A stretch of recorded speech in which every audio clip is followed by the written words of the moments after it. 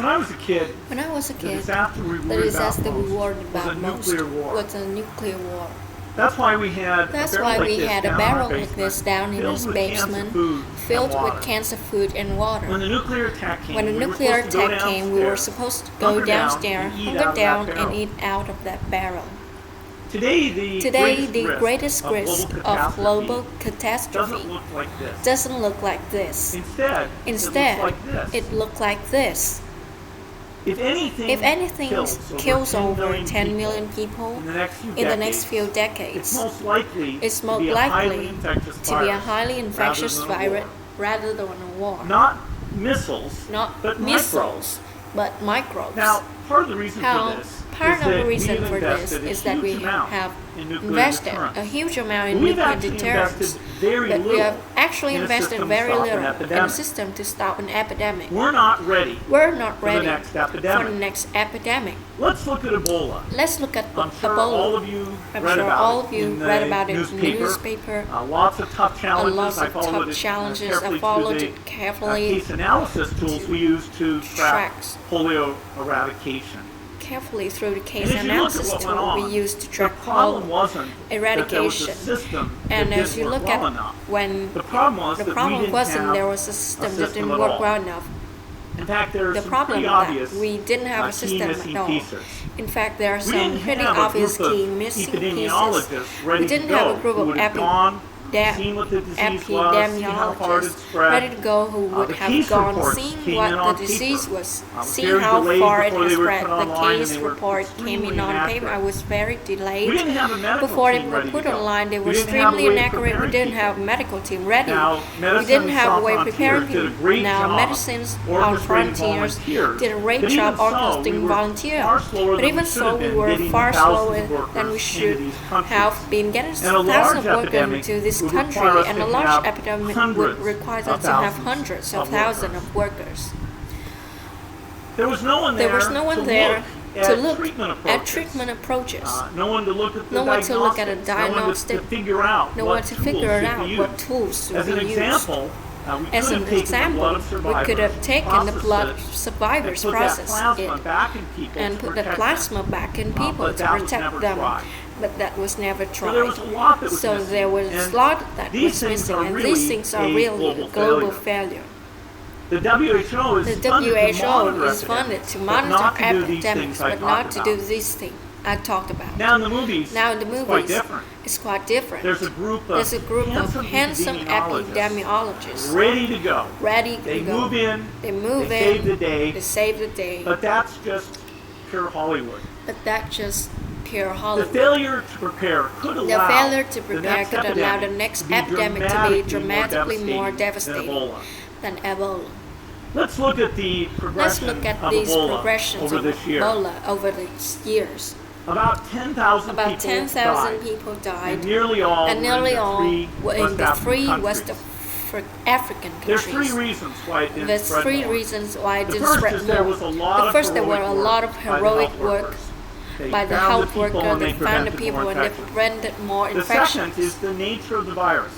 Ebola does not spread through the air. The second is the nature of virus. Ebola does not spread through the air. By the time they're contagious, most people were so sick that they are bedridden. Third, it didn't get into many urban areas, and that just was just luck.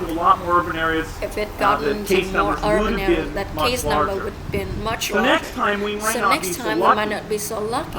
You can have a virus where people feel well enough while they're infectious, then they get on a plane, they go to the market. The source of a virus could be a natural epidemic like Ebola. Okay, it could be a bioterrorism. And so there are things that would literally make things 1,000 times worse. In fact, let's look at a model of a virus spread through the air, like the Spanish flu back in 1980. So here's what would happen. So here's what would happen. It will spread throughout the world very, very quickly. And you can see there's over 30 million people died from that epidemic. So this is a serious problem. So this is a serious problem. We should be concerned. But in fact, we can build a really good response system. We have the benefits of all the science and technology we've talked about here. We've got the cell phones to get information from the public and get information out. We have satellite maps where we can see people where they're moving.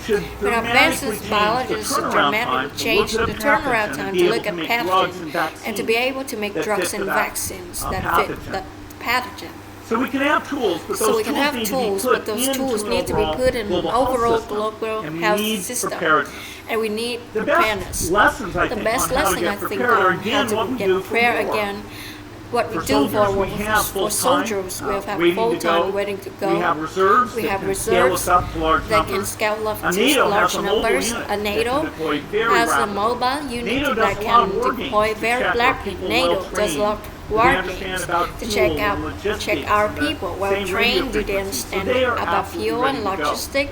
And the same radio frequency, so they are absolutely go. So those are the kinds of things we need to deal with.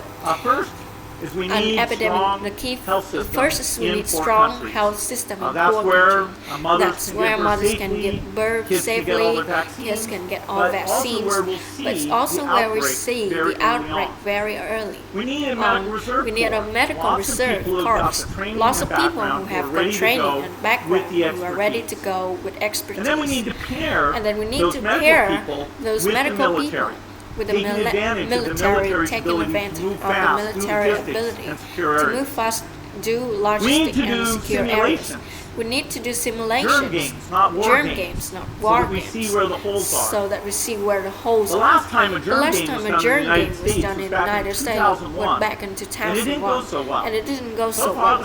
So far it scores germ 1 equals 0. Finally, we need lots of advanced R&D in areas of vaccines and diagnosis. There are some big breakthroughs like adeno-associated virus that could work very, very quickly. Now, I don't have an exact budget for what this could cost, but I'm quite sure they're very modest compared to the potential harm. Estimate that if we have a worldwide flu epidemic, global will go down by over $3 trillion. And we have millions and millions of deaths.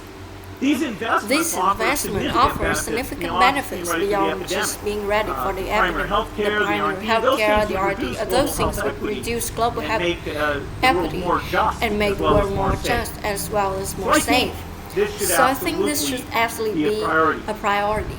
There's no need to panic. We don't have to afford cans of spaghetti or go down to the basement. We need to get going because time is not on our side. In fact, if there's one positive thing that come out of the Ebola epidemic is that it can serve as early warning, a wake-up call to get ready. If we start now, we can be ready for the next epidemic. Thank you.